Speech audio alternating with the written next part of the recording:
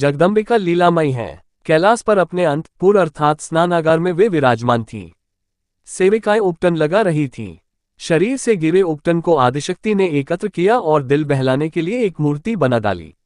मां पार्वती का वह शिशु अचेतन तो हो नहीं सकता था, अतः उसने माता को प्रणाम किया और आज्ञा मांगी। मां पार्वती ने आदेश दिया कि बिना आज्ञा कोई द्वार से अंदर न आने पाए। वह अत्यंत सुंदर बालक द्वार पर खड़ा हो गया। भगवान शंकर कहीं से आए और अंतपुर में जाने लगे तो उसने रोक दिया। भगवान असमंजस में कि उन्हें उनकी ही पत्नी के पास जाने से रोकने वाला यह बालक कौन है। उन्होंने बालक को द्वार से हटा देने की देवताओं को आज्ञा दी। इंद्र, वरुण, कुबेर, यम आदि सब उससे पराजित होकर भाग खड़े हुए। आखिर वह महाशक्ति का पुत्र था। भगवान शंकर ने क्रोधित हो त्रिशूल उठाया और बालक का मस्तक काट दिया। माता पार्वती के क्रोध का पारावार ना रहा। देवताओं ने उनके बच्चे का वध करा दिया था। पुत्र का शव देखकर माता बिलख पड़ी। उनके विलाप और क्रोध से डरकर देवताओं ने भगवान शंकर की स्तुति की। भगवान शंकर भी पार्वती के विलाप को सुनकर विचलित हो गए।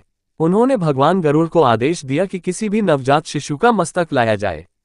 यह मस्तक धड़ से लगाया गया तो बालक पुनर्जीवित हो जाएगा, लेकिन शर्त यह थी कि उसी शिशु का सिर काम में आएगा जिसकी माता उसकी तरफ पीट करके सोई होगी। लेकिन समूचे संसार में ऐसी कोई मां नहीं मिली जो अपने बालक की तरफ पीट करके सोई होती। विधि की विडंबना देखिए कि हथिनी का विशालकाय शरीर उसे अपने पुत्र की तरफ मुंह कर सोने की इजाजत नहीं देता। गरुड़ जी को रास्ते में सोई मिली हथिनी जो अपने शिशु की तरफ पीट किए थी। उन्होंने उस नवजात गजराज शिशु का सिर काटा। यह मस्तक बालक को लगाया गया। सभी देवताओं में उनमें प्राण मंत्र फूंके। इस प्रकार ये दिव्य शिशु गजानन हो गया। अपने अग्रज कार्तिकेय के साथ संग्राम में उसका एक दांत टूट गया और तब से गणेश जी एक दंत भी कहे जाते हैं। वह अत्यंत सुंदर बालक द्वार पर खड़ा हो गया। भगवान शंकर कहीं से आए और अंतपुर में जाने लगे तो उसने रोक दिया। भगवान असमंजस में कि उन्हें उनकी ही पत्नी के पास जाने से रोकने वाला यह बालक कौन है। उन्होंने बालक को द्वार से हटा देने की देवताओं को आज्ञा दी।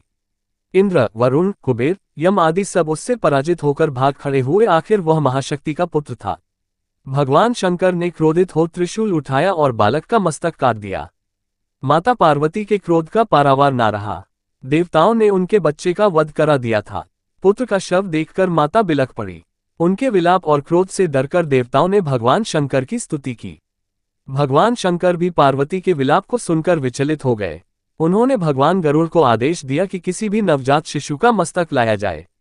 यह मस्तक धड़ से लगाया गया तो बालक पुनर्जीवित हो जाएगा, लेकिन शर्त यह थी कि उसी शिशु का सिर काम में आएगा जिसकी माता उसकी तरफ पीट करके सोई होगी। लेकिन समूचे संसार में ऐसी कोई मां नहीं मिली जो अपने बालक की तरफ पीट करके सोई होती।